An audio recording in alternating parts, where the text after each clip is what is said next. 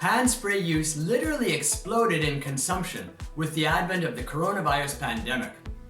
Almost overnight, it seemed sales went up, and there were all sorts of things that happened in connection with that. Hi, and welcome to the Les Paris podcast, episode number 370. Today, I want to talk about hand sprays in the context of the coronavirus pandemic. Contagious. At the beginning of the coronavirus pandemic, people were worried about how this virus was being transmitted. Of course, the first thing we thought was dirty hands, because that's how the common cold is transmitted.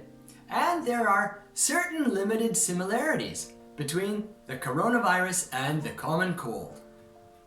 So, stop the spread. So people decided that we've got to keep our hands clean in order to stop spreading this disease. Of course, we can wash our hands, but there are problems with using soap and water. One of the problems is that your skin dries out. Another problem is that you need access to a sink and towels. Then there's the thought of the environment, because you now have to provide a lot more clean water, and you also have to launder the towels. But how do you do it? So another way to clean your hands is to use hand sanitizers. These have been around for a long time. They've been used in hospitals and car garages. The car garage type usually is more of a hand cleaner than a sanitizer, but some of the ingredients are similar. The next thing is, are you going to use a gel or a spray? And a lot of people started using sprays. That brings us to the next point.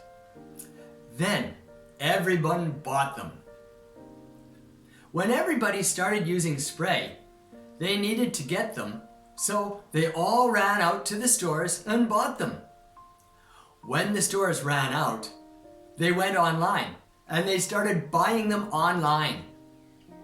And then the online stores ran out of stock too.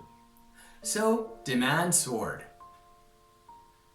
Prices soared now with demand soaring and supply not keeping up. So we had a problem. The problem is that people are more willing to pay higher prices than other people are willing to charge higher prices. This cycle continues until we end up with price gouging. At one point, a bottle of hand sanitizer that normally cost $2.50 was selling for $90 during the pandemic. So they stopped it. Then the authorities stepped in. They recognized the price gouging and stopped it. They made exorbitant prices for these products illegal and prevented people from selling them at those crazy prices. Then production increased. After a while, production started to kick in, and they were able to make more of the alcohols that we use in these hand sanitizers. It took quite a while, in fact.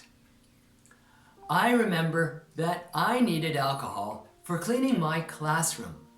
And in fact, I had to look around for about 3 weeks before I could find a supply. Even after that, the supply was irregular. Now people are used to hand sanitizers. Many people still carry a portable supply in a small bottle with them. Others see the hand sanitizer when they walk into a business establishment and use it regularly. Most people prefer the hand sanitizers to soap and water because it's easier on your skin.